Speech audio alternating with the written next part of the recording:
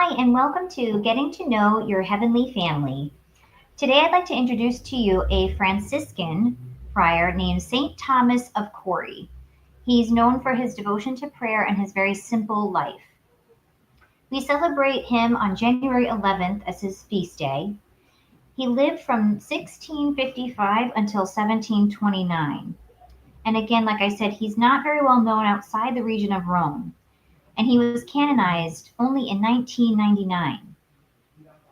But St. Thomas of Cori exhibited deep spiritual discernment at a very early age. So he was born into a very poor family of shepherds in Cori, and it's a town in the Lazio region of Italy. He was a very quiet and gentle boy and was orphaned when he was only 14. He had to work to support his sisters. Once they were married, he was then able to sell his flocks and he entered the friars minor. Thomas's deep spiritual discernment was evident at an early age, and his first assignment after his ordination was to assist with the formation of novices. Very soon, though, Thomas asked to join one of the houses of prayer, and then springing up in the order, attempting to revive a life according to the Francis's rule for hermitages. So in 1684, he went to a hermitage. He went up into the rugged mountainous area around Mount Subiaco, where he spent almost the rest of his life. Thomas reminds Franciscans of place of prayer in one's life. So Thomas's life is a vivid reminder of the central place prayer should occupy in the Franciscan life. As St. Francis stated in his rule, that brothers should work faithfully and devotedly, so that while avoiding idleness, the enemy of the soul, they do not extinguish the spirit of holy prayer and devotion to which all temporal things must contribute.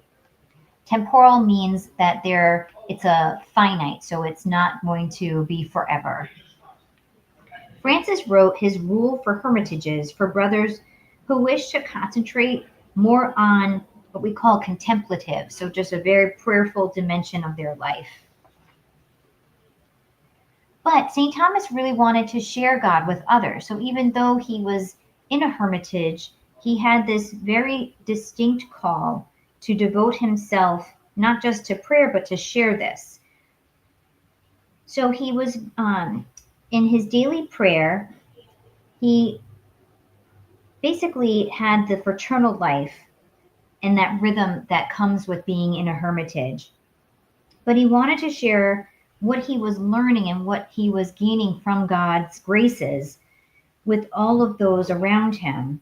So he often left his hermitage to preach throughout the villages of the Subiaco region in a simple, direct style.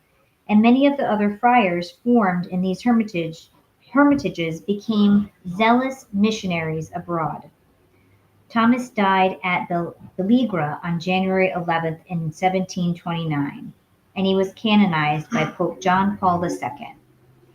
So St. Thomas of Cori, pray for us. Thank you, everyone.